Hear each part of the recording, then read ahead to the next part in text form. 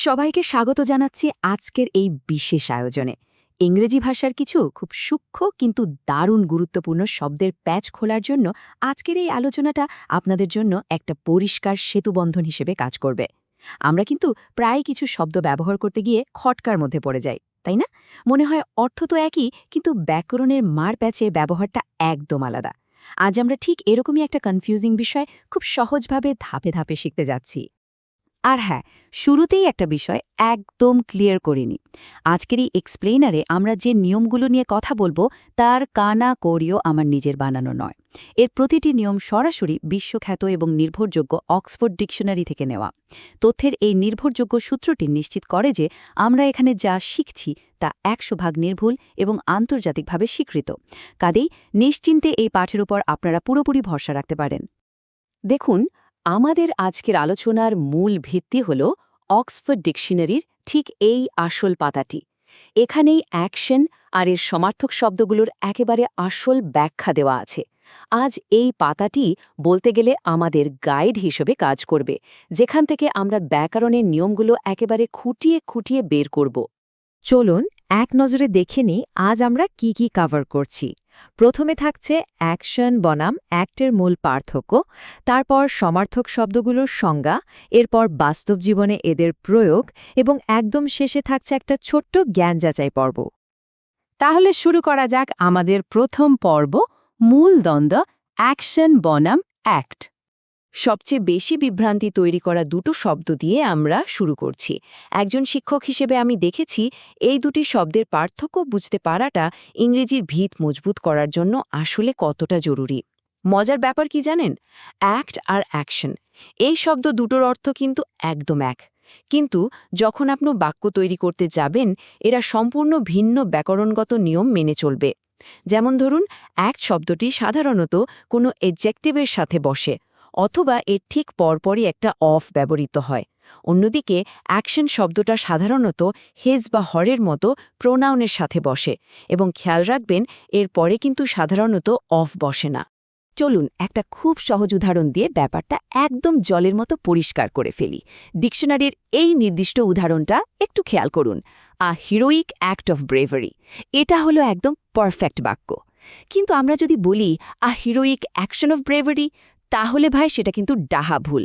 এই যে ভুল ব্যবহারটা আমি চোখে আঙুল দিয়ে দেখিয়ে দিচ্ছি, এর উদ্দেশ্য একটাই, যাতে সঠিক অক্সফোর্ড প্যাটার্নটা আপনাদের মাথায় একেবারে গেঁথে যায়।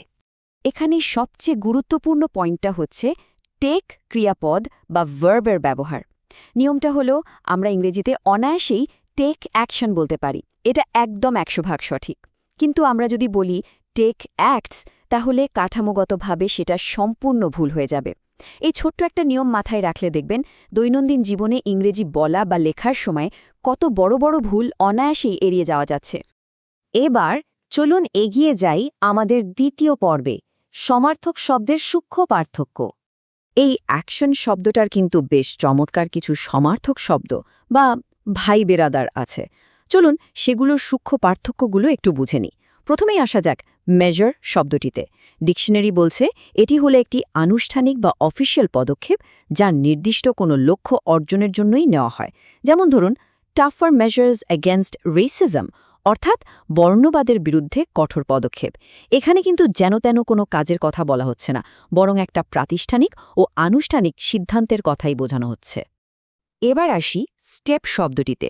স্টেপ বলতে মূলত ধারাবাহিক অনেকগুলো কাজের মধ্যে নির্দিষ্ট একটা অংশকে বোঝায়। বিষয়টা কল্পনা করা কিন্তু খুব সহজ। ধরুন আপনি সিঁড়ি বেয়ে উঠছেন, এক এক করে ধাপ পার হচ্ছেন। ঠিক তেমনি কোনো বড় লক্ষ্য অর্জনের জন্য নেওয়া প্রথম কাজটাকেই আমরা স্টেপ বলতে পারি। যেমন আ ফার্স্ট স্টেপ টুয়ার্ডস আ ইউনাইটেড ইউরোপ, অর্থাৎ একটি ঐক্যবদ্ধ ইউরোপ গড়ার লক্ষ্যে প্রথম ধাপ। মানে এটা পুরো একটা লম্বা প্রক্রিয়ার জাস্ট একটা অংশ। সমার্থক শব্দের এই তালিকায় আরেকটা দারুণ শব্দ হল মুভ। অবাক করা বিষয় কি জানেন? এই শব্দটা সাংবাদিকতার ক্ষেত্রে বা খবরের কাগজে প্রচুর ব্যবহৃত হয়। কোনো কিছু অর্জন করার জন্য বা কোনো একটা পরিস্থিতির প্রতিক্রিয়া হিসেবে যখন কোনো কাজ করা হয়, তখন তাকে মুভ বলা হয়।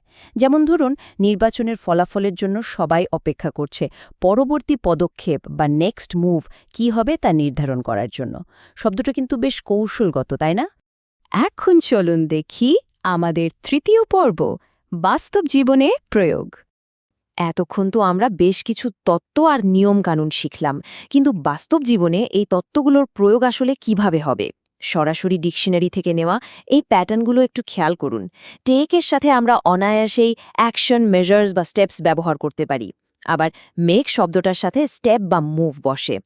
অন্যদিকে হিরোইক, ব্রেভ বা ডেয়ারিংয়ের মতো অ্যাডজেক্টিভগুলোর সাথে অ্যাকশন, স্টেপ, অ্যাক্ট বা মুভ সবগুলোই কিন্তু চমৎকারভাবে মানিয়ে যায়। এই ছোট্ট তালিকাটা যদি মনে রাখতে পারেন, তাহলে আর কখনোই বাক্য গঠনে আপনাকে দ্বিধায় পড়তে হবে না। আমরা চলে এসেছি আমাদের শেষ পর্বে, নিজের জ্ঞান যাচাই করুন। হ্যাঁ, আমরা ব্যাখ্যার একেবারে শেষ পর্যায়ে চলে এসেছি। এতক্ষণ যা শিখলাম সেটা কতটুকু মনে আছে তা যাচাই করার জন্য একটা ছোট্ট কুইজ হয়ে যাক। অক্সফোর্ড ডিকশনারির নিয়ম থেকেই আমরা একটা শূন্যস্থান পূরণ করব। বাক্যটা হলো we shall take whatever action অথবা অ্যাক্টস, এই দুটো বিকল্পের মধ্যে থেকে সঠিকটা বেছে নিতে হবে। একটু চিন্তা করে দেখুন তো, ওই যে টেক শব্দটার সাথে আমরা কোন নিয়মটা শিখেছিলাম? আর সঠিক উত্তরটা হলো অ্যাকশন। আপনারা যারা সঠিক উত্তরটা ধরতে পেরেছেন তাদের সবাইকে অভিনন্দন। আমরা কিন্তু আগেই শিখেছি যে অক্সফোর্ডের কঠোর নিয়ম অনুযায়ী অ্যাক্ট শব্দটাকে কখনোই টেক ক্রিয়াপদের সাথে জুড়ে দেওয়া যায় না। তাই এখানে অ্যাকশন বসানোই হলো একমাত্র সঠিক উপায়। আজকের এই বিশ্লেষণটা শেষ করার আগে একটা ভাবনার বিষয় রেখে যেতে চাই আপনাদের জন্য। এই যে ছোট ছোট কিন্তু দারুণ নির্ভরযোগ্য ব্যাকরণের নিয়মগুলো আজ আমরা দেখলাম, এগুলো আয়ত্ত করাটা আসলে কতটা জরুরি একটু ভেবে দেখুন। এই সূক্ষ্ম পার্থক্যগুলো জানলে দৈনন্দিন জীবনের যোগাযোগে, ইংরেজি বলার আত্মবিশ্বাসে এবং ভাষার সাবলীলতায় কি অসাধারণ একটা পরিবর্তন আসতে পারে। যখন আপনার জানা থাকবে যে আপনার ব্যবহৃত প্রতিটি শব্দ অক্সফোর্ডের নিয়মে একেবারে নিখুঁত, তখন কথা বলার জড়তা কিন্তু এমনিতেই কেটে যাবে। নতুন কিছু শেখার এই আনন্দময় যাত্রা আপনাদের অব্যাহত থাকুক। আজকের মতো এই আয়োজন আমরা এখানেই শেষ করছি। ভালো থাকবেন সবাই।